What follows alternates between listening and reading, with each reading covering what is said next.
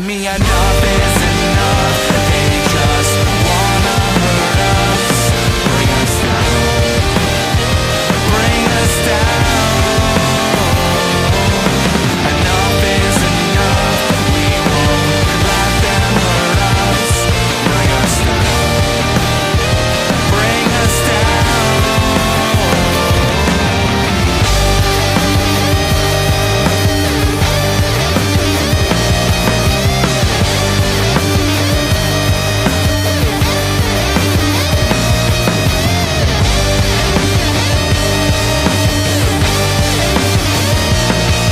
Enough is enough. You won't bring us down, bring us down. Enough is enough. They just wanna hurt us, bring us down, bring us down. Enough is enough. We won't let them hurt us, bring us down, bring us down. Enough is enough. Enough is enough, is enough, is enough. Enough is enough.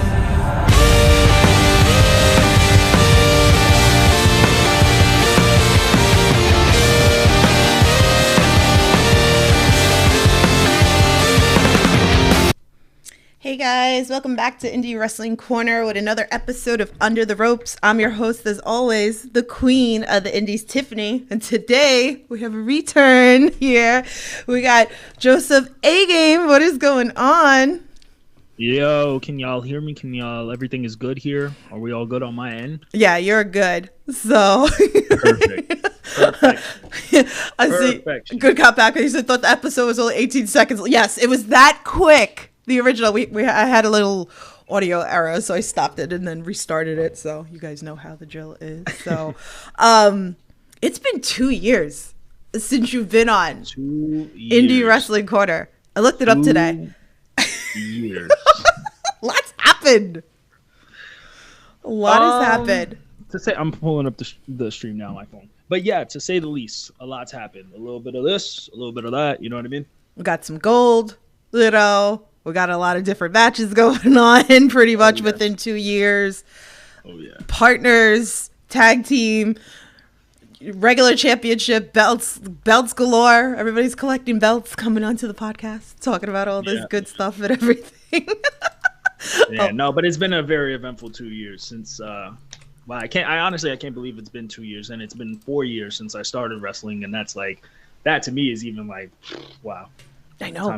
Time flies. Like, I look at it like a lot of times, like Angelo Carter came on. Actually, when you came on the week before, 2 years ago, Angelo Carter I had on first, and then you came on the week after, and then Angelo just came on a couple of weeks ago, and then yeah.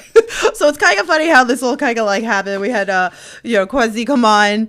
Also, was that last week? Also, so that was kind of fun going on. Lots, it's crazy. Everything's happened, so that's why we bring returns back onto this podcast and everything like that. Let's see. Wrestling Open is delayed because of broken rope. There's take one was 18 seconds long. Who jinxed indie wrestling today? Oh damn! I didn't jinx it. Boy, there must be something in the water, some shit like that. So. But anyway, they're all professionals. They could work with two ropes, and if they can't, has that happened to you before? Has that happened like in a match? Nothing has happened like where, I mean, thankfully, where things have like malfunctioned in that sense. But like I have wrestled in a ring where it's only been like two ropes, or like I've wrestled in a ring where they're like, "Yo, don't go to that corner, or this ring is gonna like explode." Like you know what I mean? No, but like. Yeah, I've wrestled like where in a ring where it's like two ropes, and then like, you know, there's been stuff, but it's never been like the rope has broke or nothing. God forbid, like that's a, you know, crazy, you know, thing to happen. So have you done a no rope match since we're talking about this now? Oh damn, now I gotta think. Have I done a no rope match?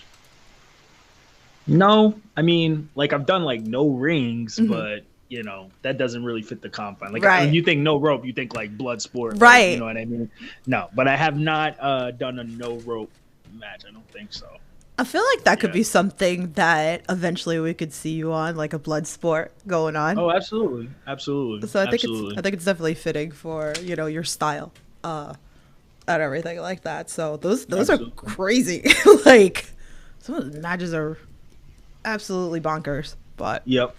so, make sure, guys, share the stream. You know, hit that like button. Appreciate that. So, if you haven't, again, he's been on 2 years ago. So, if you haven't watched that interview, feel free go back, watch that interview, so we could learn a little bit more. We're gonna go a little more detailed this episode, since we broke everything from the basics and everything like that. If you got questions, drop them into the chat. I appreciate it very much.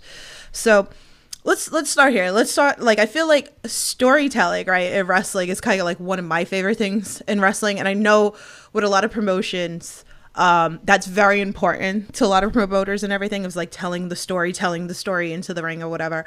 And we're gonna start with BST wrestling. You know, like, you have the belt over there too. So we're gonna talk about this. So I've been watching this from the very beginning with everything with BST wrestling. So, I know I talked about this with Kwazi Asante on the podcast. He was with me in the front row when you wrestled Landon, which is kind of nice because, like, you came out and you were like, that was kind of like the introduction to, like, BST Yeah. wrestling with you guys. It was the soft open. Yeah. And then we had going forward, and it's like, okay, he came and attacked the Haven and everything. And we talked about this also too, of him like taunting, you know, the Haven's mom and the family and everything like that, which led into matches, you know, outdoors. Then we also had the all black everything show, you know, and then we just finished off with the closeout of you guys versus the Haven, which was insane. Yeah, I can't wait for that one to drop on IWTV. That's gonna be such a good one, man. Yeah, it's a big story that I'm very happy we got to tell, and I'm very thankful. Believe it or not, I'm very thankful for BST for allowing us to have the platform to tell this story, because although, like you did say, Tiff, a lot of promotions love storytelling, love. Not a lot of promotions on the independents especially do stories. Right. You know what I mean? It's a lot of, hey, this is our guy. We're going to put him against X, Y, and Z. We'll bring some names in, and then hopefully he flies out the coop. She flies out the coop. They fly out the coop, and boom. You Right. know? To me, I feel like independent wrestling, or the values of independent wrestling that I came up on, at least, was things that attracted me to go to those shows, to, you know, hey, let me buy this $15, $20, $30 ticket and sit front row and watch what's going to happen. You know, one of my favorite stories previous to, you know, wrestling was HOG. I think like this is like 2017 or 2016, and it was Ken Broadway versus Leo Rush. And they wrestled once, and Ken Broadway won. And it was such an amazing match, and it was such a good match that they had a program out of it.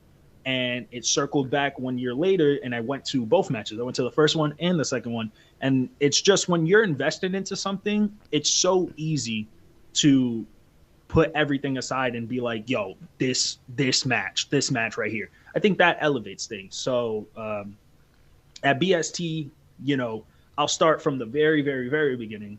At BST, I first got, you know, put onto BST in a multi-man match against none other than Miracle Generation.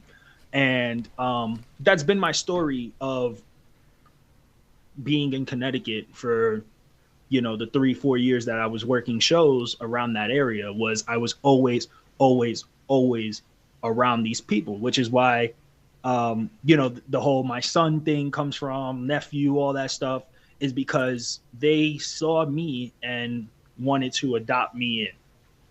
And, you know, personally, a lot of people will take that as a good thing, as a sign of like, they should respect me, and they, you know, they see that I'm a good talent and they want to bring me in. Cool. Me personally, that's a sign of disrespect. I am not. I'm not a B side. I'm not a nephew. I'm not a son. You know, I'm a mainstay. I am who I say I am, and I've always been that way. And it felt like everybody was buying into that. Everybody was buying into that narrative of being, oh, you know, Kylong's son, or everybody was buying into that narrative of being the adopted one from Miracle Generation. Everybody was buying into that, and I just had to say no. That's not how things are going. So, you know, I opened up some doors. I brought Kwesi in. I brought Angelo in. And, you know, here we are. Things have changed. I think people are starting to really see the star power, not just from me, but from all three of us. You know, I think people are really starting to see, like, okay, no, he's not meant to be in their shadow. This guy's the truth, you know? So it was never a hatred for the Haven, but it was something that needed to be done. I needed to take that step over them, and I needed to bring those who I knew were with me along that journey. So that's more or less how we got here from that story. You know, to say the least. Obviously, there's more bumps and bruises on the road. The Landon match, which we'll definitely talk about, but you know, for the Haven story, at least, it started when I first started at BST a couple years ago. Yeah, definitely. Let me shout out quickly Junie Underwood. He's on Twitch. Oh man, are we getting like the Periscope that they're actually able to talk to us now? Because I see that he's actually writing us on the Periscope saying A Game is tearing it up. Look at that. Oh, is that so? Yeah, that's new. Maybe when I stream like tomorrow or something, I'll be able to see that too. Yeah, that's new because like it's funny because like make sure you follow A Game on Twitch, which we'll talk about everything like later and stuff like that in this podcast. But like I go into his stream and I'm like, the one thing that's been going on for the longest is that nobody can conversate on the Periscope anymore. So I'm actually really excited now that I see that Junie's in there answering, you know, in the chat over there. So what's going on, Junie? So it's so crazy. Yeah, so definitely watch when this comes up on IWTV. Watch this. You know, BST Wrestling obviously is a big place with here on the Indie Wrestling Corner as well. So many matches. So let's, you know, if you want, we could continue. We could talk about like you and Landon. You know, there's so much stuff that we could say about like Landon. This was a great match for you both. And I think also, right, that I think you had said this, right, that it was something that you needed a match like this, right? That Kaiga like elevated Kaiga like you to like the next level, right? Absolutely. I mean, like, not for nothing, like, shout out Landon Hill. You know what I mean? Like, Landon is he's on the level that a lot of people aspire to be at. You know, he's got all the tools in the shed, and he's a, you know, very, very, very great, sweet person that is a pleasure to be around inside and outside the ring, you know? So, like, I just want to shout him out first and foremost. But going into that match, it wasn't about winning the BST championship for me. Going into that match, it was about really taking that leap. I had hurt my shoulder. I mean, that match happened in April of last year. I guess I hurt my shoulder, you know, a couple months before that, the summer of, or towards the middle or towards the end of summer of 2023. And it was a pretty bad shoulder injury, and I had to sit out for a couple months. I made my return to pro wrestling grind in October or November that same year. And I wasn't 100%, which I don't think I ever will be, and neither will any wrestler that wrestles this unless you have the money to really invest in your body. But I wasn't really 100%, and I just didn't feel like myself. You know, I had the shorts. I was starting to do the deal where, you know, what you see today. But I did not feel like myself. You know, I was having decent opponents, good matches, and I wasn't capitalizing. So it took all the way until April of 2024 for me to have that opportunity. And Landon is an amazing, phenomenal wrestler. But I knew that I can pull something out. Like, I knew that match, I can wow some people. You know, we were the main event, and that was a card where there were so many amazing matches. Where I think that was like the same card where Flash and Gabe Sky wrestled. You know what I mean? So there were so many amazing matches where it was like, man, you really have to, no pun intended, bring your A game to really keep up with this. And I don't think that we just kept up. I think we made a very big statement with that match. And not for nothing, I don't think it was proven to BST management. I don't think it was proven to the boys in the back. I don't think it was proven to anybody associated with BST until that match happened. I don't think people were necessarily like, people were sold on me, of course, but I don't think people were sold on me. I don't think people were like, hold on, like this, I think we just got a diamond in the rough. Yeah. And I think that match with Landon opened that door. I think that was the match that made people say, okay, hold on, you know, something's happening here. And for me, at least, it was very much like that. I think that was the match 1 out of 4 or 5 that I had that weekend. So I had that Landon match and I was riding a high that entire weekend. And I don't think it slowed down since then. So yeah, I feel like it kind of took you off a little bit. But I remember like after your match, and I remember walking around after the show, obviously you guys were main event and everything, and I walked over to Harry, and Harry saw my face, and he was like, because he was like, how did you do? And then like I had nothing to say, but he can just tell like how happy I was. And then I was like, oh my God. I was like, it's just, I love wrestling, and it was just one of these moments and one of these shows that was like one of my favorite shows of like BST wrestling and everything like that. But I didn't even have to say anything because he just saw my face and he was like, yeah, I know. He's like, you don't have to say anything. He was like, I already know. He was like, it was so like, good.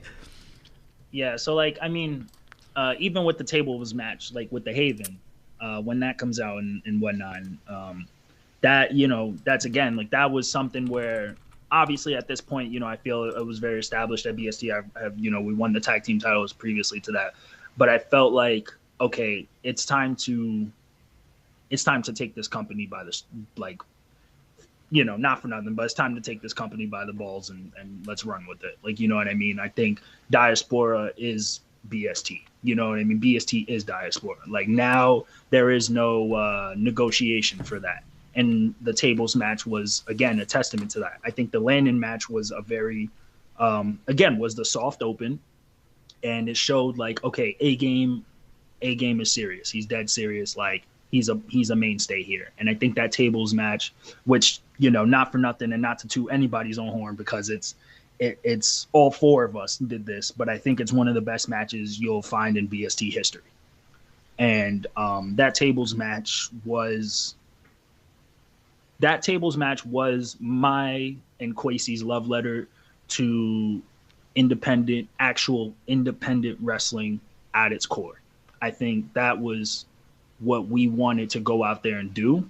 And we wanted to show like, listen, there's a lot of outside noise, but we got this. When it comes to BST, we got this. So I think those 2 matches definitely put us on such a pedestal, but it was nothing that we were not ready for, you know? Definitely. Now, it was funny because shout out to Zach. I was talking to Zach on the phone before this podcast for a while, and we were talking about the fact that Kwesi came on this podcast, and you were in the chat, and then he started talking about that during Black History Month that all the black wrestlers go 10 XP. So he said, who do you think got the most XP at BST during this match? I would say honestly, the blood gave me at least at least 15 to 25 plus XP. Like the blood turned me up on a different level. I've never in my life I've done combat sports my entire life, so I've bled here and there and whatnot. I've gotten scrapes and bruises all over my face, but to sit there and see blood dripping down my face 3 minutes into a match, I was it woke me the fuck up. It was like All right, boy, you're here, man. Like this is exactly what this is exactly what you wanted. So it's time to put up or shut up. And I think I'm not gonna sit here and say I got the most XP, but I did put both of the members of the Haven through the table. So I ain't gonna lie, Quasi kind of let me down with him going through the table in like 10 minutes. I was like, yo. I was bleeding. I was fucked up. My gear was dirty and all that stuff. And then he's getting super kicked through a table. I'm like, yo, Quasi, like, bro. He lost some XP there. Yeah. He definitely lost some there. Let me give love in this chat. Junie said that he's blessed to have wrestled Landon Hale. That was at DPW. I was there live for that. I love that. It was funny because a bunch of people I know with Junie that some of the fans weren't familiar with him, but they were kind of watching. They were watching me with the interaction with like Junie and Landon and everything. So that was pretty funny. So that they kind of went off of that. Everything pro wrestling. Shout out to him. He said so. He's got you covered. AEW, WWE stuff. So give him some love also. Angelo Carter's in the chat. He goes, hello, girls. Hi. Dom's in the chat. He says, ask him his favorite book. My favorite book. Ooh. Do I have it here? I think I do, actually. Should. Yes, I do. This is my favorite book right here. I've read this book about 3 times. It's a New York bestseller. It's by Mike Tyson, written and read by Mike Tyson, and it's called Iron Ambition, and it's about the story of Mike Tyson's coach, Cus D'Amato. If you don't know who Cus D'Amato is, he is one of the, if not the best boxing coach of all time. Muhammad Ali, Mike Tyson, Floyd Patterson, Pinklin Thomas, man, I mean the list goes on. He's one of the best coaches. Teddy Atlas, like I'm just thinking of names, but he was one of the best boxing coaches of all time. My father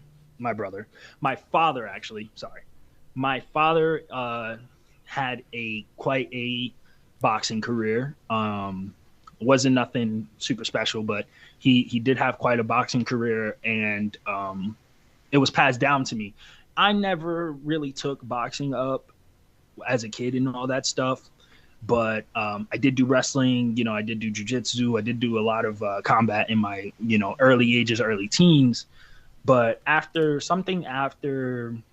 like college, I just started to kind of fall in love with the sport of boxing. And I'm just blessed to have like a father who's so well inclined and so knowledgeable about the sport of boxing that he just was like, opened up a can of worms type of thing. So now all we do is talk fighting. All we do is talk, who's going to win this, who's going to win that. And my biggest thing was I want to read.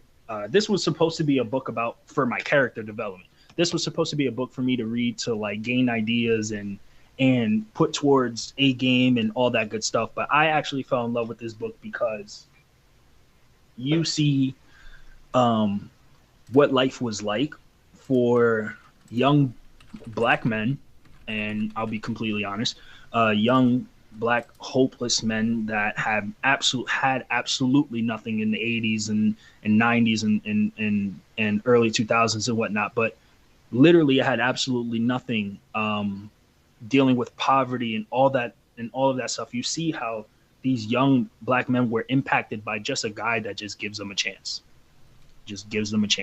And Mike Tyson talks about it in the book. He used to get bullied and go into a hallway after school, like an alleyway behind his school, and stay there for hours and just stay, because he felt like that was the only time he had peace. And it's like, you hear things like that and you put that towards like your own life stories, and we're like, man, like, well, at least speaking from my experience, it's like, man, like, I've never been through things like that. I've never had to do things like that. You know what I mean? And you see how Cus D'Amato, who was a coach, he comes up to, a young Mike Tyson, and he's like, hey man, listen, like, you can be my world champion. He was 13 years old when he told him that. And it's like, when you have somebody speaking positivity into you, you have somebody speaking words of affirmation into you, they they elevate you in such a way. So it takes you on a good ride. It tells you everything about Cuss and tells you everything about Mike, and it tells you everything about their training coming up, traveling, his fights, his everything, man. So it's such a good book. I Iron Ambition, My Life with Cus D'Amato. It's by Mike Tyson. It's written and read by Mike Tyson. So please, I would definitely encourage you to check it out. It's such a good story. There you go, Dom. Added to the book list. Conrad says, I heard good things about that book. Good Cop Bad Cop says, welcome back to Indie Wrestling Book Club. Yes. That comes up a lot on this podcast, but actually you find some really good books from the wrestlers. I love, I should, definitely incorporate that more. Angela says, Tiff, ask him why him and Quasi choose to wear blue, even though I don't have blue gear yet. So I had to wear camo. So I don't know if Angela really want me to expose this right now, because I will. Because I will. Because tell me how we in the group chat and everybody's like, all right, cool. What color are we doing? So we agreed on 2 colors. Blue and white, which was the first color that we had all been like, all right, cool. Like blue and white. I sent them like my reference. Angelo sent his reference. Quasi sent his reference. We were all like, all right, cool. Blue and white. Then I sent another one and I was like, hey, what do y'all think about this? And it was red and white and gold, which is the gear that the new gear that Angelo has now. We were like, all right, bet. We had this Harry Aaron photo shoot coming up. So in my head, I'm thinking, because I brought the blue and white up first, I'm thinking, all right, cool, blue and white. Like, we're blue and white. That's the first one. We're getting that one done. That's it. I got my blues done months ago. I had my blue done in the little 24. Quasi just got his blue before the BST show. So he was like, yeah, I want to wear it. Like, it was fire. Like, his blue gear is fire. So right. He was like, yeah, I want to wear it and whatnot. And then we looking at Angelo like, damn. Dang, where your shit at? He said, listen to the excuses wrong. This was in September, by the way. but things happen though. Things happen though. You know what I mean? Like gear makers, and that's the gear maker that made my gear. Is a very good friend of mine. So like he helps me a little bit, but like it's not cheap to make gear. It's not cheap to make that. So like he helps me out a little bit, but even then it's still very, you know what I mean? Yeah. So we had to kind of put a pause on the red. Well, me and Quasi had to put a pause on the red. Angelo did the red, and then me and Quasi did the blue. So now we just stuck here with the black and gold gear that we all have. So we gonna figure it out. Diet 4 is not dysfunctional. Diet 4 is not dysfunctional. We just had a little. He said I had already ordered my red, and they knew it was coming first. But we ain't even like Angelo chose red first. That was red first. Boom, red first. So I mean, I did the blues not in September when we had spoken about it. He's right about that. I didn't do the blue in September. I did the blue like, when did I get the blue? I got the blue right before I wrestled Mikowski. So it was like the first weekend of December. So I got the blues in November. So 2 months after we spoke about it, I got the blues.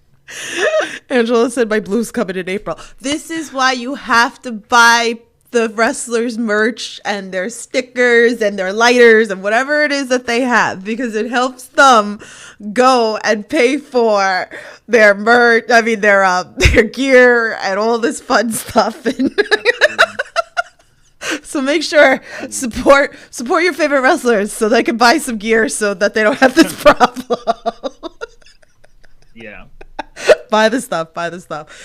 He keeps saying the lies. Never. He knows. We're gonna get off this, and then he's gonna blow up the group chat, and we're gonna have a discourse for about like 20 to 30 minutes about whether or not who said what, and then it's all right. I'm gonna have all 3 of you on the podcast in the future. I know me and Zach were talking about that pajama podcast before. So maybe we could do that. Maybe you guys could be the pajama podcast. Yeah, I would love to. There you go. Would There, absolutely love to. it'll be fun. I'll have all three of you guys. Since I've had you all separate, now I feel like that we could all come in together. And then we can talk about. I done the Chokeslam Chronicles with Dante Drago, Kylon King, and Trayvon Jordan. So now maybe we're gonna have to have like Gear Chronicles or something like that. I don't even. I don't even. I can't. There's so much to talk about here. So like I don't even know where to go because we're like jumping all over the freaking place. So you know what? Let's talk about this because we talked about, like you said, the photo shoot, and then we're gonna go back to matches or whatever like that because I want to shout out the photographers out here that they everything that they do for you guys between the backstage with the promos the photo shoots and everything like that. So you have promo photos and everything like that. Then the capturing like in the ring, live during it, like during match, making you guys look like amazing or whatever. But Absolutely.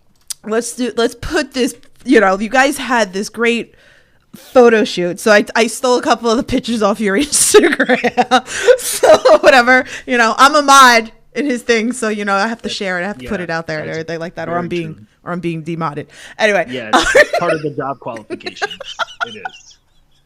But like, look at like some of these photos. Like, this is wild. Like, and I saw you took my in consideration for the profile picture on your ex and everything that with the belt, because it's like these are great photos and everything like that. So I just took a couple. So a shout out to Harry, right? That's his name.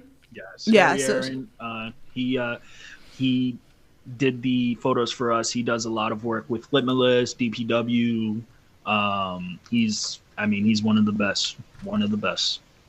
These like photos are like beautiful. So like he was like live on his Again was live on his stream, and he was sharing these photos with us and everything like that, and they're just like awesome. And I love like seeing these photos and stuff. And then I was like, ooh, like this would be kind of cool in like a black and white photo or something like that. So, but talk to us like a little bit. So like, you guys, Quasi and like Angelo, like doing these photo shoots, like, yes, like you have your singles, but like when you're doing these have to be like chaos a little bit and like having fun. So like, tell us like how this works a little bit. Like, like, do you guys come up with this idea? Is like, like in this particular moment, like was Harry the one like telling you what you guys need to do? Like, give us a little bit about that.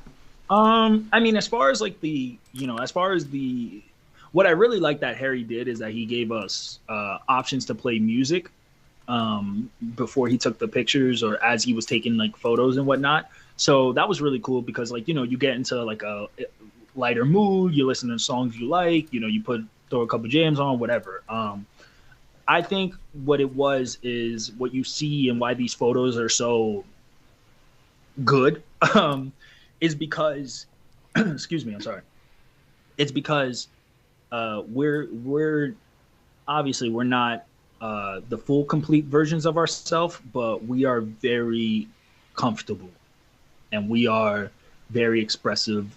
And I think we are starting to understand who exactly our characters are and how our characters express themselves and how we can do these things in photos, in trios, pictures, tag pictures, singles. I think we have learned about how to, Angelo comes from a background in showbiz. Quasi comes from a dancing background. Like I've had a background in combat and in sports all my life. So we have been spotlighted before. So it's not that it's necessarily new to us. It's just that what you're seeing and what these pictures are is us in a very complete, comfortable version of ourselves. And that is a testament to what Diaspora is. That's a testament to just all three of us loving each other and being together as a group, as a unit, whether it's by myself or with Quasi or with Angelo, I feel like we represent each other no matter what. So, when we do these pictures or when we're together, or when, like I said, when we do the singles tags and the trios pictures, it's very expressive because it's us. It's us being real. It's us being who we are. And it's us getting comfortable with where our trajectory of our characters want to go. And I think, you know, the more we take pictures down the line next year, the year after and whatnot, it's going to get only better. It's just that right now is such a, you know, when I say big 25, it's not bullshit. Like, you know, like right now is such a big time for all of our development because we're taking leaps in our careers that you're seeing it. You're right. Seeing it in still pictures, and you're seeing it in our work. So that's a, like, you know, when we're together, when we did the trios and the poses and all that stuff, that was all just on the spot. That was all just what we felt, you know, that was all literally like, hey, let's do this, let's do that, let's do this. Oh, okay, cool, word. What do you think about this? Oh, okay, nice. And it just, I know for a fact it makes, you know, photographers' jobs easier when you're not just, you know, standing there and you're like, you know what I mean? But regular pose. Right, exactly. But it's telling the story of who your character is. Yeah. You know what I mean? It's telling the story of what is, when you see that picture of me, Angelo, and Kwesi, the totem pole picture of me, Angelo, and Kwesi together, the trios picture, you see each of our characters in expression. Mm-hmm. You see who we are. You know what I mean? It's not a ranking of who's the leader and who's this. It's you literally see who is who in these pictures. You see that Angelo is the moment. You see Angelo serving, giving the faith, you know what I mean? Like, you see Angelo doing what he's got to do. You see Kwesi, like, he's so expressive, so overly with his limbs, his body. You see it, and then you see me in the back, and it's like, oh, like this is like the squad. Like this is the gang right here. So, mean mugging. Right. Right. So it's like, I think personally, it makes it easier when you're just around the people you love. Yeah. And it's just so fun. Like, it's just so fun, you know? I love that. Yeah, you definitely see like the chemistry there, and that's what makes it nice. And, you know, you should have that chemistry if you're like a tag team or trios or whatever it is, you know, that somebody is, you need that chemistry, and between the three of you guys are all three different people. You can hold your own on your singles and everything like that, but then you have the chemistry when all, you know, whether it's like you and Angelo or you and Kwesi or like Angelo and Kwesi, like you just see like the chemistry. It just works. So yep. Definitely. Hi, Jack. He goes, Big Apple Angle. What's going on? That's How are you? That's my boy. So we might as well, since he's in here, let's talk a little bit about ETU pretty much. So we got to talk about Matt Mikowski. And like, I know, like, this was amazing. And I sat at a show with Jack and Struggles. Shout out to Struggles also to like put on great stuff as well.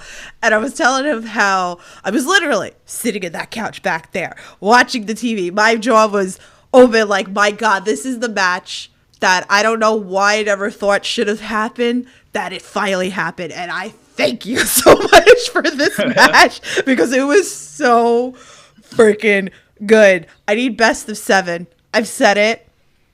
Best of 7. And then, like, I could go for, like, you guys come together. You can tag together. It'd be killer. Pretty much going on here. But, oh, my God. Like, you guys killed each other. Like. Yeah, no, I mean, like, so to touch on that, Struggles, who, shout out ETU, man. He gave me such a big opportunity the first go around. You know, like, I showed up at ICW with Jay Bougie, shout out Jay Bougie, showed up at ICW with Bougie, and he got like fucking decapitated by Homicide, and I carried him out, and you know, I spoke to Struggles a little bit after, and he's like, hey man, like, you know, I want to keep seeing you around.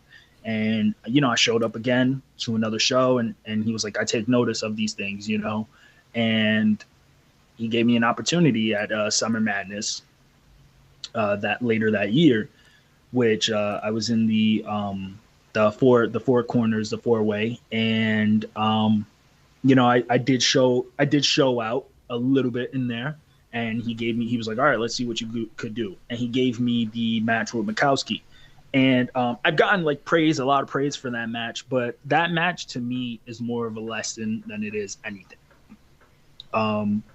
Matt Mikowski is one of the best independent wrestlers on this planet today, bar none. Like, That is not an argument. He is one hell of a talent. He is truly, if you want to take that next level, if you want to be one of the best independent wrestlers in the world, if you really, really, really want to do that, I 100% recommend getting in the ring with him. Mikowski, although, a lot of people, it was a fun match and whatnot, he taught me more than I think he knows. A lot of people, I'll use boxing. When you're a boxer, you come up through the ranks, whether it's amateur or you just go pro.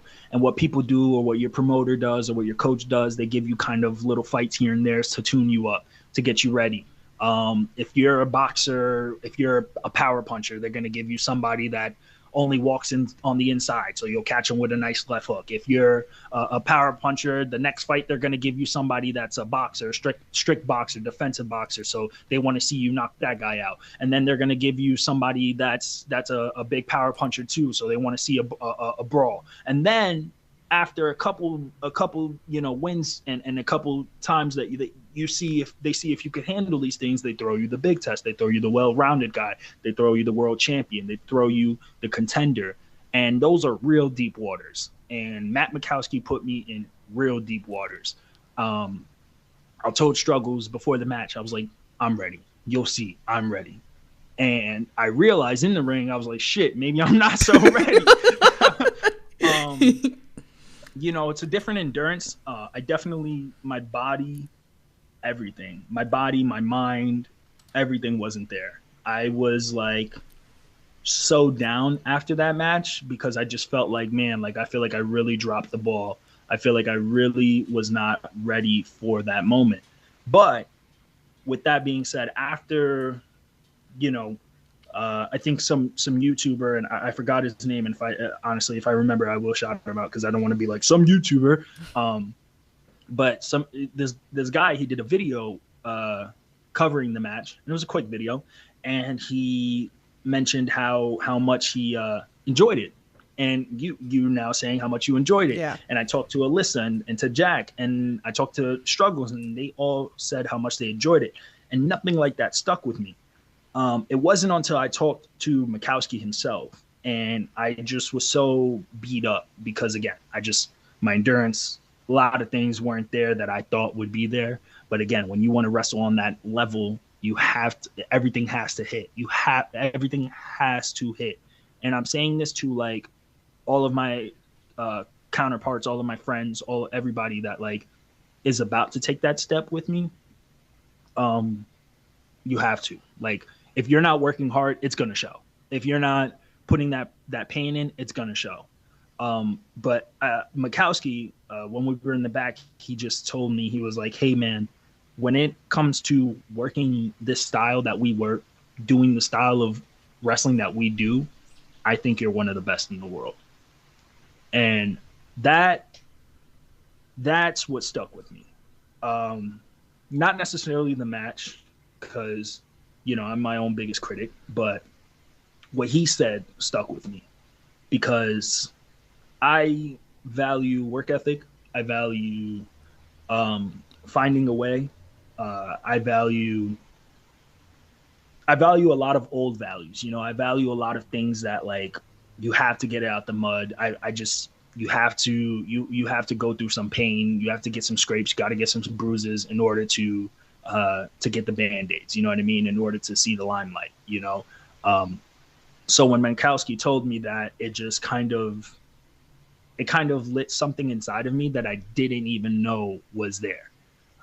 It made me feel a different level of confidence that I never had, and that's saying a lot because I do view myself as a confident person. I do view myself that I walk with my head on my shoulders and you know what I mean? Chin held high, all that good stuff. But when Mikowski told me that, it made me seriously sit there and feel like, okay, I'm doing something right. But whether I'm not ready right now, and to draw back to boxing, like boxers do that. When they lose those big fights, they go back and they understand like, okay, this is what I needed before I can take this step. And I needed that. I needed that match with Mikowski. And I'm very happy that it happened towards the end of 2024 because I think it's a blessing in disguise. I think that was like, if you aren't ready for this, you're not ready for 2025. And I think that's what it taught me. So that match to me was more of a lesson than it was anything. And I would love to get in there and mix it up with Mikowski again, because I guarantee it will be something completely different. So yeah, that was that's just my thought process on it. But it definitely stuck with me what he said, and it definitely has made me a way better, way more motivated, and just way more focused competitor. So Yeah. This way, like I said, like 2 years ago to where you are now, and to like see, and I've been saying it, right? I've been putting it out there. I'm like, 2025 is his year. You know, it's just like certain people you just see like when things like click, and it's just like the path that, you know, like you said, like Landon kind of maybe like spark something, you know, and then it's like things like, I mean, we could talk about like Gary J, your match with Gary J. I feel like, you know, like these are all moments that, you know, like even like Landon, like I say it to Landon too, that it's like some of the things like set off the career, and then you just see the like the takeoff. And I love being here from like the beginning, watching the beginning to like where it's going. yeah, It's crazy. Absolutely. Jack says, he goes that he was hyped when the match came up. He goes, Struggs is an old head, so he liked that about you. He goes, you look like you belong. The explosiveness was theirs. Most people don't have that. He said, was the person Vonnie, the YouTuber? Yes, it was Vonnie. Yes, it was. Thank you, Jack. I felt bad. I was like, I didn't want to be like, oh, from YouTuber. I hate that. It's all good. He said the fall in the apron was nasty too. Oof. Yeah. Honestly, like that, you know, it's like it always be the craziest things that don't hurt at all. Because that one was like, I'm cool. And right. I was like, that's fine. But then I got like a chest kick from Mikowski, and I was like, oh boy. I was like, oh boy. And then like when me and him were squaring up, and like when me and him were like hitting a little bit of the shoot boxing and whatnot, I was like, damn, he's real. Like he's real as fuck. Like yeah. You know, I got my shots in, you know what I mean? I held my own. Yeah. But you know, I tried doing like a little Ali shuffle on him, and he did not budge at all. Like he's so experienced. He's such a vet. He's so he's so versed that like I was like, man, hopefully I could do something to kind of throw him off or whatever. So hopefully I could do something to kind of, you know, get my lick in or whatever. But he's well versed. Jack said that match was so fun to commentate. It's very much my kind of match. See, we're all here for you. We're all behind this match. You are your biggest critic. You guys are the worst. I swear to God, because you guys are your biggest critics, and you're so hard on yourselves. And I say this to like probably every wrestler that I talk to, especially on this podcast. You guys are the worst. Yeah, I mean, but you know what? If it's not going to be us, then who's it going to be? Yeah. You know, there's not a lot of people in wrestling that are going to straight up tell you like, I kind of suck. You know? Yeah. You suck. No. Yeah. No. But anyway, let's go back to like Gary J, because what I found very interesting, because I remember when this got posted and I was like, I'm so excited because I am that girl, and like you know that about me. A lot of people know that about me. It's like, okay, here's the girl from New York. She's not just following New York wrestling. No, she is following all over the place. And it was like when I saw that, I was like, okay, I need to watch this match because I know how damn good this match is gonna be. So with that being said, like Gary J's been on this pod. Gary J wrestled Kylon King, and that was insane, you know. So it was like, so again, I was happy with you, but I was surprised that, because Gary is known to have the hardest freaking chop, one of the hardest chops in indie wrestling, besides David McCall from The Rep. Okay, that's another one with the freaking hard chops and everything. But you said Landon was worse than Gary. Dude, I'm gonna look right in the camera when I say this. Landon Hale has the hardest chop I have ever in my life felt. Ever. That is not bullshit. That is straight up the truth. Landon chopped me once and split my chest. I literally walked behind the curtain. This is during our championship match, and I just walked behind the curtain. And Harry's like talking to somebody. As soon as I walk in behind the curtain, he looks at me. He's like, and I just went like this, and he was like, and it literally my chest was split, like straight up, like had a little skin loose from just one Landon chop. And you know, like Landon, he's a Kentucky boy. He's got like that accent. So right before he chops me, he's like, sorry, Bubba, and just boom. I mean, dude, it sucked. It was something, dude. It was something. It was something. Oh, but I mean, like, you know, you just got to grit your teeth and just bite down and just, you know, work through it. But it was definitely something. I can't. But talk to us about working Gary J. We love Gary J here. Like, he's amazing. Like, more Gary J up here. Like, you know, New York, you know, Connecticut, Massachusetts, please. You know? Yeah, Gary's awesome, man. He's awesome. He's another one where I was very looking forward to getting in there with, and you know, Gary going in there, I knew it was gonna be somewhat of a dogfight, and I was looking forward for that. Like, I always love when like I'm matched up against a wrestler that's like known for being like hard hitting, known for being like a badass, you know, known for being like so you know, like just so rough and rugged, because that turns me up. That's like, oh, like you think, oh, okay, yeah, I'll show you, you know what I mean? And that was what the Gary J match was, you know. That was a lot of fun. It was something of like a rite of passage. You know what I mean? It was something of like a rite of passage, because I wanted to break into that mold where it's like I can go anywhere, wrestle anybody, and I'm gonna go on your promotion and have one of the best matches on the show, if not the best. And Gary's very much someone of the same. He probably won't vocalize it because he's not really like that person to vocalize, but he will show up in his little backpack and whatnot, his hat, and he'll show up and he'll sit there, and then you'll, you know, watch him wrestle 30-40 minutes later, and you're like, what the fuck did I just watch? You know, like, and that's like a Gary J match. So yeah, I was very excited because I was like, okay, like this is my rite of passage. I'm getting that Gary J match. We're gonna go and beat each other up, and he's gonna see that like I'm real. Like I'm not, you know, I'm very much not like a phony at this, you know, yeah. Like, and which he did acknowledge, and he did give me my props for after the match. And you know, it made me feel good. Like I was happy because that was something I was very much looking forward to, you know. Yeah, it was good. That, I believe, is on YouTube, right? I think I found it on. It is on YouTube, and it is also on IWTV. That's for Hooligan Championship Wrestling, so it's HCW.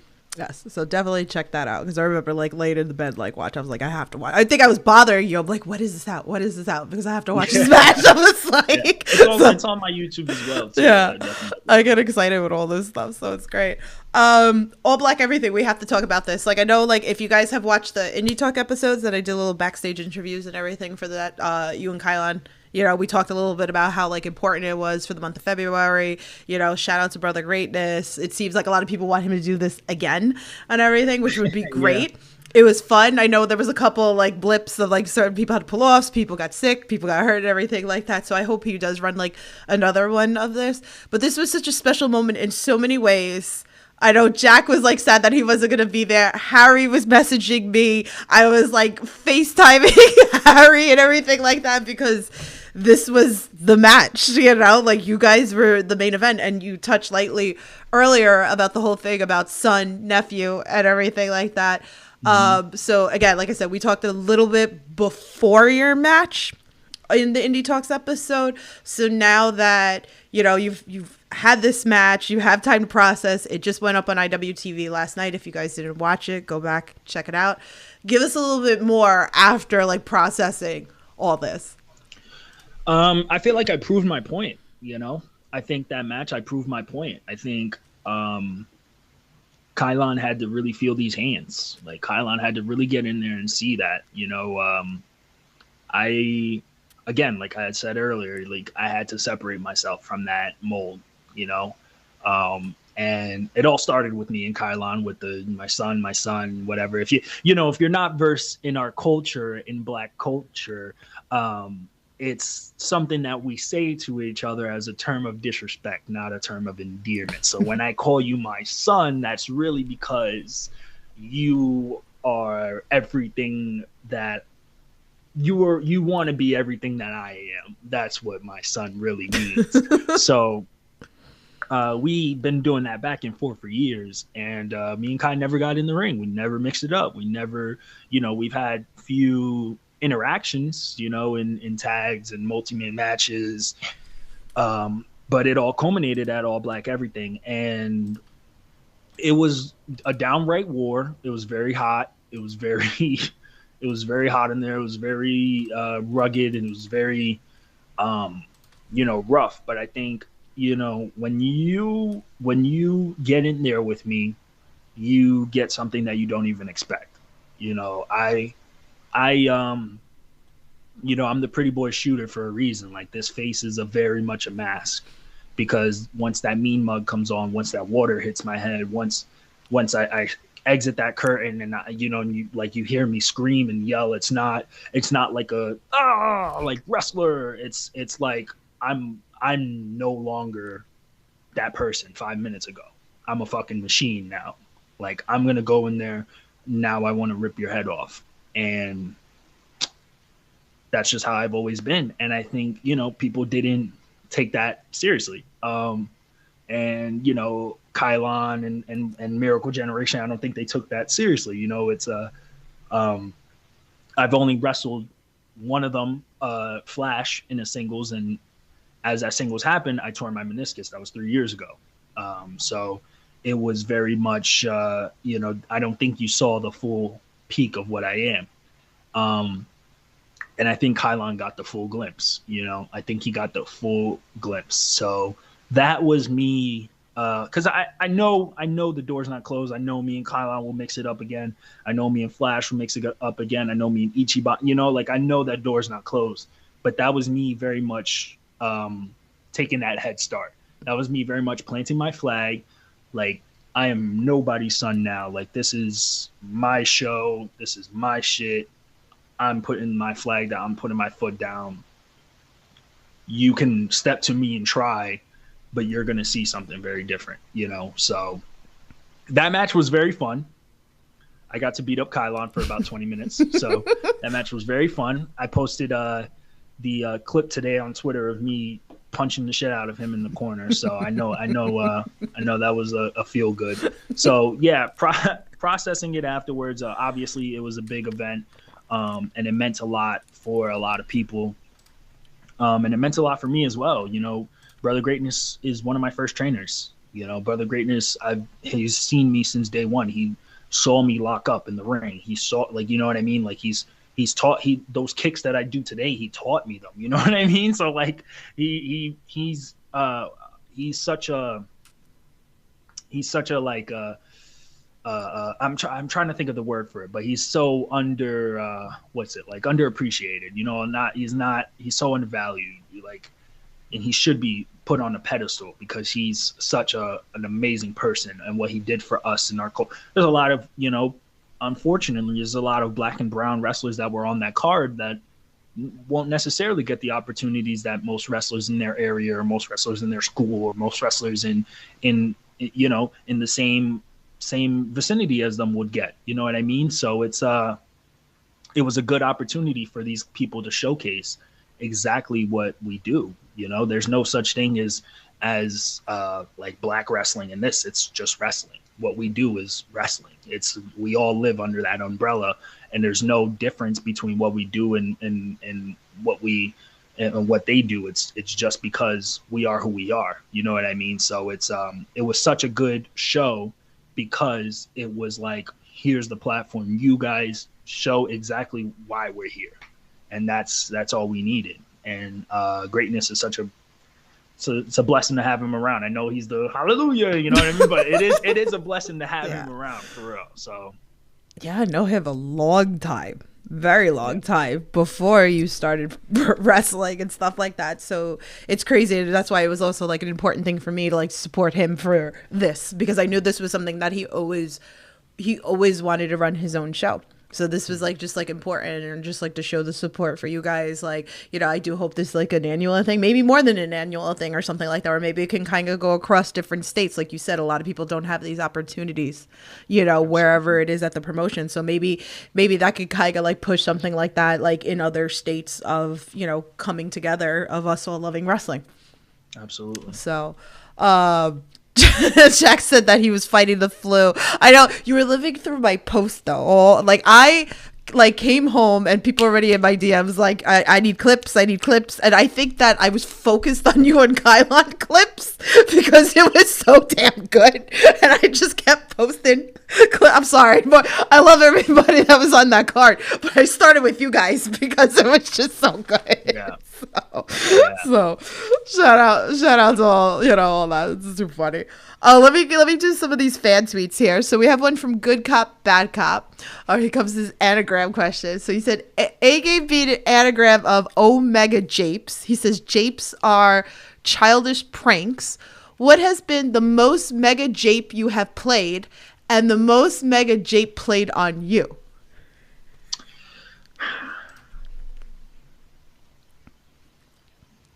I'm not gonna lie, I don't know if I gotta really think about like a good like childish prank that I've pulled on before. But like when I was a kid, my book bag was space bagged. Like I think like one time it was probably for like 2 weeks in a row. I swear.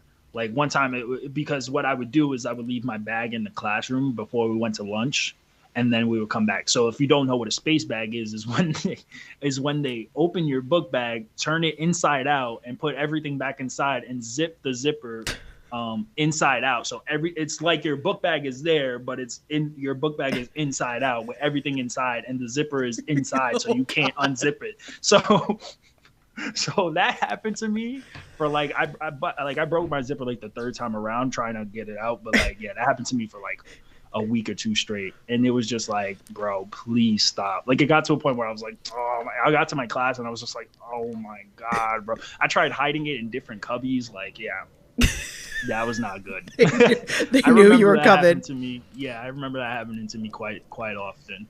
And it was always like a group of it was like my friends that did it, obviously, but then it was like one time just a group of kids did it, and it was just like so random. And then I was like, yo, why did you? I remember this so vividly, and it was like middle school, and I went up to them, I was like, why'd you guys do that? I don't really like even know you guys like that. Like, why would y'all even think that was cool to do? And then they were like, oh, I thought it was something that we do because it's happened every single day for the past like 2 weeks. And I'm like, no, it's not something that we do. So yeah, my book bag's been space bagged quite a bit. Please do not space bag my book bag on the road. I will quickly. I will beat you up. Edit this podcast out so it doesn't get done. Yeah. All right, we have another fan tweet from Michael. He said, if you had to live in any movie, what would it be?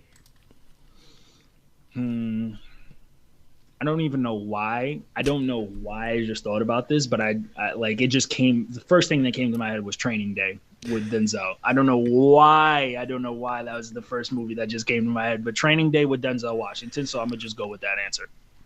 Okay.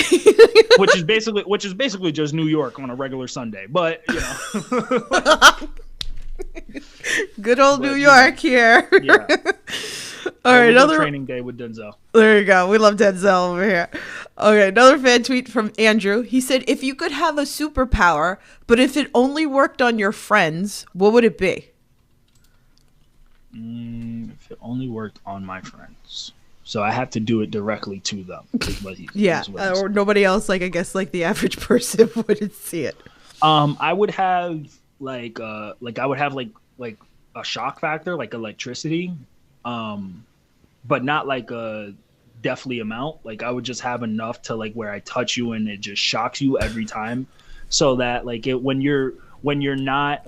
This is where my mind goes to. So when you're not So when you're not paying attention or where you're like least expected, or if you're like sleeping, I could just go up to you and just be like, "Bloop," and just see your reaction, and then just walk away because you wouldn't even know it was me. So that would be my. I feel like Angelo kind of needed that because of the Red Gear situation with you. Pretty much. Yeah. Yeah. But like, you mother. Yeah. You said red, not blue. I can't. I can't. You guys are wild over here. So another fan tweet from Laura. Shout out Laura. You met Laura. She just like cracked me up the other day because she was like, "What is your name?" I was like, "You know him." And she's like, "No." I was like, "You know him. You saw him at Blitzkrieg." And then it clicked. You know, then it was like, and then it clicked. So she goes, "What promotions do you want to join this year?" Whichever promotion will have the pretty boy shooter. I think it's a loss on any promotion that doesn't have me, to be honest. I think a lot of promotions try to stray away from having to go this route, and I think a lot of promotions try to stray away from. I think a lot of promotions try to recreate. I'll put it lightly. I think they like to recreate. I think they like to, put their own people on, grow their own talent. 100% fine. But you look at me, you look at Diaspora, you look at what we bring to the table, you look at what I'm doing this year, you look at, you look at everything that we're putting together something special. So if you're a promotion and you don't jump on this right now, it's going to suck for you guys to try and jump on it in a couple of years, because I'm telling you the access will probably be limited. So, I think any promotion that's willing to give an opportunity and have their socks blown off, that's a promotion that I'm willing to be at. I've learned to not desire as much because you let yourself down. You think you earn things, and then you really don't. People don't owe you anything. Nobody owes you anything. So if you would have asked me this question 2 years ago, I probably would have told you every promotion in the book. But now we're growing. We're growing. Being here for a little while, it makes me appreciate the promotions that do use me, that do give me that chance, because they see something in me. And like I said, a lot of promotions try to stray away from the truth.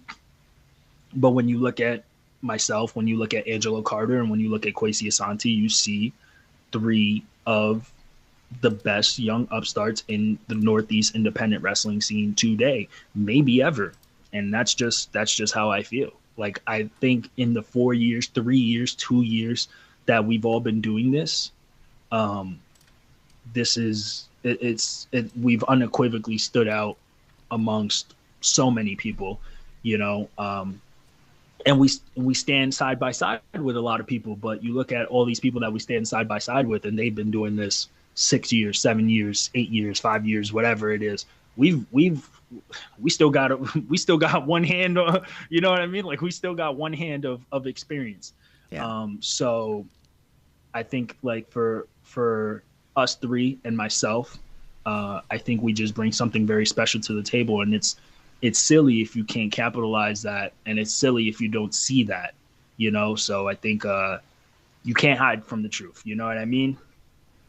Well, I mean, I'm going to manifest some shit here. So it's like, if you're not going to put it out there, this is like, he knows that I'm in like the DMs of the promoters, like harassing them. But like, listen, I need this match against this one or whatever. Like, I'm constantly doing it. Like, a lot of wrestlers, like, you're the one in the background politicking for us. And I'm like, yeah, I am. I was like, because it's it's like, I'm pretty good at like pairing some stuff together. I could probably, like, I say it all the time, I could probably run a show, and I'd probably, like, Harry said that I'd be very dangerous because I would probably put a lot of people on the map, because I would put like people together that you wouldn't probably normally see in a match, and then like I feel like it would be just like a really good match and stuff.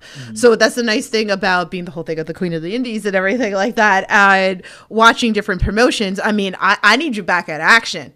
Action's got something special going on down there, like. Yeah, I mean, like, with I when I did the futures, again, that was another thing that it definitely taught me a lot. I was going through a lot like last summer. I'm dealing with, not dealing with, but I've dealt with the big moving situation, and my family has moved, and they're moving on, and I'm flying out the coop for my first time, and this is just me being on my own in my own world, and it's very nerve wracking. So I was kind of in the process of dealing with these things during the summer. So when I did the future showcase, my mind wasn't so tentative to wrestling. It was very tentative to my life, what is going to happen with my life. So I feel like I kind of dropped the ball on the opportunity, but I'm thankful for the opportunity. I went out there, I went down there. I mean, I drove to Action before, a couple months before that, or like way before, like maybe the summer before that. And I drove 13 hours to go do a next up, not even get on the Action show. I did a next up. And then I got right back in the car and drove 13 hours back to New York and wrestled Jordan Blade the next day. So Matt know who I am. Matt know exactly where I'm at. Matt knows exactly how I get down. And that's not to name drop any promotions. It's not no shots at nobody at all. But it's just that again, if you are willing to take the chance, if you're willing to, I mean, I don't think you would be losing any money. I don't think you would lose a couple of dollars. I don't think financially it would hurt anybody. But I think what you get from me is you get quite possibly the best performance from anybody, from me to anybody. So you would see, I don't have to speak too much on that. Like, you know what I mean? Like, I feel like they know, and it's just it's if they're willing to pull the trigger. I think it's hard too, like, right? Like you have like a regular show, right? Is mostly 8 matches, at least. Like you have cards that are far more or whatever. Like you said, like you're ingrowing talent and stuff like that, which is understandable. Sometimes, I'm not trying to be rude or anything. Like sometimes things get stale after a while, and it's like I'm someone, because there's a million wrestlers out there and stuff like that. I want to see stuff that I've never seen before, and sometimes it winds up me finding new wrestlers. Like you could wrestle somebody tomorrow that I have no idea who they are, and then it's like, oh, now I have a new favorite or something that I saw something that I never saw before. So me, like, I like that it's like, someone like you, like you'll have an opportunity, you'll go down south or whatever like that, and then you'll wrestle, I don't know, like a Casey Owens or something like that, and it's like, oh, this could be like really freaking good or something. And then like Zach, like I got Zach on freaking Action, and he doesn't really know like a lot of the people there, and I had to like start explaining, okay, this is this person or whatever like that. This person is like really good and stuff. So that's what I like with that, is like I watch your guys' journey, and then you go into like different promotions, and then it's like, okay, now smorgasbord of new people now like, oh, now I get to see something completely different, that maybe like you were wrestled somebody like 5 times at 5 different promotions or something. It's like, okay, great, this is at the promotion A, promotion B, promotion C. I've seen this match 5 times over or whatever like that. I'm hungry for something different. Absolutely. So absolutely, that's what I'm looking more for, a little bit more in wrestling, and I think a lot of other people too are looking for that. Good Cop Bad Guy says, he goes, I have never heard of that, but this is amazing. He was talking about the zip bag. He says, guessing you won't have friends long if you keep zapping them.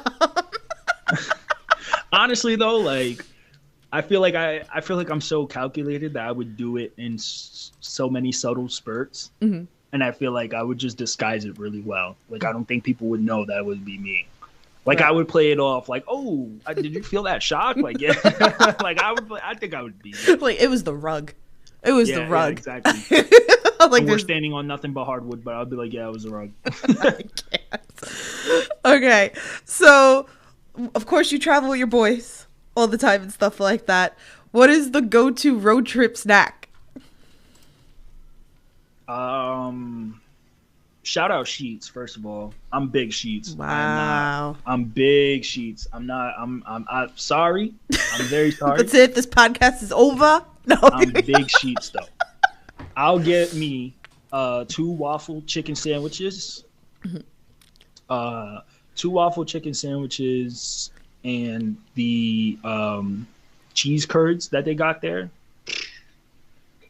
Man, let me tell you something. 2 waffle chicken sandwiches, cheese curds, Celsius, and like if I really want a snack, if I'm really like, oh, I need something like to munch on while I'm driving, either like some sort of like granola, or if I usually would have like a sweet tooth or something, so I'll do like some like gummy peach rings. Peach rings is definitely like up there for sure. I'll definitely snag like one or two before the trip is done. Interesting. See the things you learn here. So when you see him, you bring him some peach rings, pretty much. Absolutely. All right. So I'm gonna do two final questions. There's so much that we could sit here, we could talk about and everything like that. Yeah. Like, yep. You know, it could just go on and on forever. So let's do this. So let's call your shot with like 2025. Okay, like, you know, there's so much that can happen. We just started and everything like that. Give us like 3 wrestlers you hope that will happen in 2025. So yeah, I mean, Jonathan Gresham out here looking for bookings. So yeah, put me against Jonathan Gresham. I mean, he needs me. I don't need him. He's out here looking for bookings. He's putting his graphic out there. So he needs some work, bros. I'll give it to him. I'll give him some work. So definitely, yeah, you know what I mean? Click this. Tell John come see me. Tell Johnny Boy come see me. I'll help him out. I'll give him the little boost he needs. Give him the little whatever he needs. Tell Johnny Boy come see me. That's definitely one. I know he need that. 2, I'll say I was just going back and forth. Cool. 2. 2, I'll say Akira Kwan. Okay. I was just going back and forth with him today on Twitter, so I need that with Kwan as well, man. I think very underrated talent. He's someone that's very selective about what he does. Do he be ducking fades? I don't really know. I don't really want to speak too highly on that. But when I win this remarkable world championship next weekend, he's definitely the first person I'm looking at, because I definitely need that as well. And then lastly, not least, I'm going to say Dijak. And the reason because I say Dijak is because I think that Donovan Dijak is a phenomenal talent. However, I don't think he looks at what's coming out of New York and New Jersey. I see him hell of a lot all over the world, all over the country, but there's some talent that will give him a run for his money. That is based out of New York. I've been in many locker rooms with him. I've been in many spaces where he's been. We just haven't crossed paths. And I know when we do cross paths, and after we cross paths, he's going to say to himself, damn, this little motherfucker got something. And that's the impression that I love to leave on these well-established guys. I love to go in there and they're just thinking like, who the fuck is this cocky little shit? Like, who's he think he is? And then after we wrestle, I love the feedback afterwards. I love hearing the like, oh yeah, actually pretty good. Like, you know, I love getting that. So I think Dijak definitely needs to come see me, because it's just only a matter of time. We've been in this we've been in a lot of spaces together, and I'm tired of just passing people and being like, oh man, I want that match. Like, nah, next time I pass you, we needed that. I need that. So, yeah, I think, and I think those are all very realistic matches that probably will happen this year. Yeah. You know, so I'm definitely looking into those 3 matches. I think those are 3 matches that will probably put me exactly where I need to be. And I think those are 3 matches that I am, you know, I do like to talk my shit. I cannot lie, but I do know that I can back it up against some of the best wrestlers in the world. I like that. Jack says Quan versus A-Game promos would go crazy. No, it won't. I'd fry him. I'd cook him up and dice him, man. I'd fry him. I'd fry him. Good Cop Bad Cop says Sandwich Time returns to Under the Ropes for a third consecutive episode. Oh, are we shout out Super Sandwich? I can't shout out Super Sandwich, bro, because I've never had it, and then it closed on Sundays. And like, bro, let me tell you something. If there's a time that I ever needed a super fucking sandwich in my life, was after I was bleeding buckets on Sunday. Like, if there was ever a time for I give me them all to this have super sandwich, all this free advertisement here. yeah, if there's ever a time for me to have super sandwich, bro, would have probably been that weekend.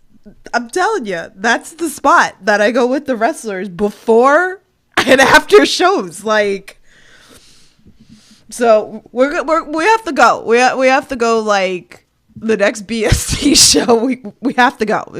Hopefully it's open. They're just closed on Sunday. I didn't even know that they were closed on Sundays. But if you think about it, every time that I've gone there was either during like Wrestling Open or during Harry's Friday shows. So Harry usually doesn't run on Sundays. Yep. So I didn't know. Yep, that's true. That is very fair. So, but Shaq says, I just want to see the battle rap come out. Yo, I ain't gonna lie though. Like Quan got some good taste, bro. Kuro Quan got some good taste in battle rap music. Like he is really like my OG, man. Like me and Akira Quan, like I used to FaceTime him and watch my like first. I'm talking about year one. I used to FaceTime him and we would like watch my matches together, and he would break down all the stuff that I should be doing and whatnot. And we have a very similar music taste as well, because he loves like battle rap music and whatnot. I love battle rap music as well. I've been watching battle rap since I was like 8 years old. So he knows everything about battle rap music, and like I'm very inclined as well. So yeah, that's a good one too. All right. So if you guys have any other questions, drop it into the chat. Like I said, I'm sure more stuff is probably going to come up anyway during it. I know we've been going like an hour and 20 minutes strong pretty much here. So like, I love, like I figured like I'm probably going to end off a lot of my podcasts with this, the wrestling with positivity, because obviously we know there's so much negativity in wrestling. I like to focus on the positive. I'm sure a lot has changed in the last 2 years since you've been on here. So anything that you could tell us, something maybe a fan's done for you or you've done for a fan, maybe a wrestler's done for you, maybe something that wrestler's done, that you've done for a wrestler, anything that you would share that we wouldn't know. I would honestly just say the words from Mikowski at ETU. I think in the last 2 years since I've been on the podcast, I think that's probably something that's going to stick with me for quite some time.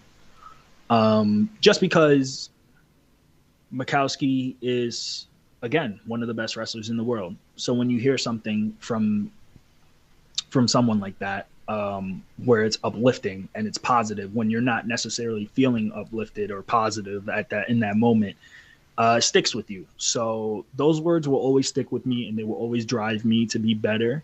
And I think if I could say something if you're a wrestler watching, or if you're one of my peers or whatnot, I would just always say to always think about what drives you. And if you think you're not doing enough, think about what drives you. And that's for certain. It gives me the motivation to get off my ass and do what I need to do. There's some days where I don't feel like streaming. There's some days where I don't feel like going to the gym. There's some days where I don't feel like doing shit. But it's just about those words that Mikowski said to me hold a lot of weight. And it motivates me every time. So I think that's something that was needed. And when he said that, it stuck. Okay. I love that.